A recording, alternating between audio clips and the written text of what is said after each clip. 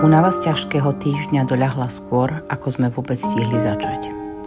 V Dolnom Kubíne sa do extrémnej krížovej cesty zapojili stovky pútnikov. Východzím bodom pre túto extrémnu krížovú cestu bol kostol svätej Kataríny Alexandrijskej. V úvode krížovej cesty sme všetci oplývali radosťou, nadšením a množstvom energie, ktorú sme boli ochotní obetovať. Účastníci extrémnej krížovej cesty prechádzajú trasou v tichosti, v malých skupinkách.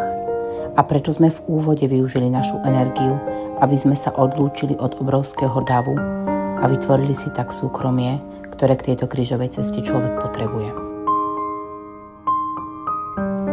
Cieľom tejto krížovej cesty je siahnuť na dno svojich síl a zažiť Božiu prítomnosť.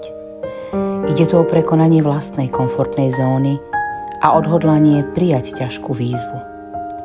Ide o nočný pochod v ťažkých podmienkach s veľkým fyzickým aj duševným vypätím.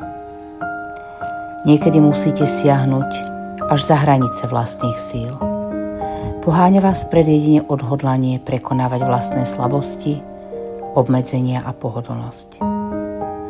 Nakoniec však meníte svoj vnútorný postoj. Sústredíte sa na Božiu prítomnosť a postupne sa vo vás rodí odhodlanie niesť svoj kríž a byť tu pre druhých. Extrémna krížová cesta je cesta obety.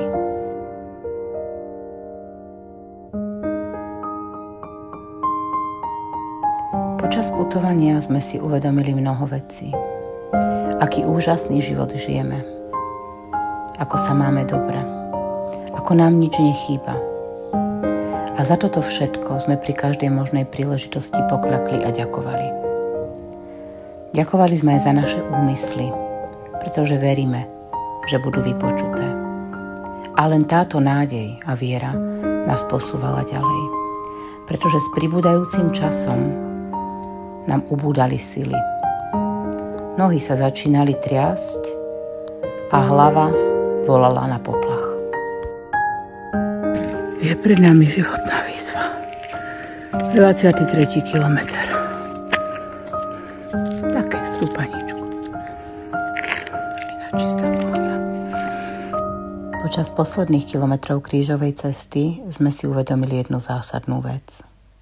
Že veci, ktoré sa častokrát zdajú veľmi jednoduché, sú práve tie najťažšie.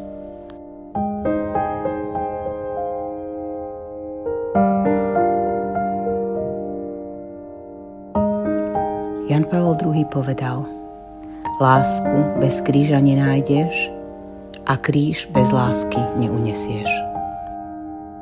Ježiš, je čas, aby som išla.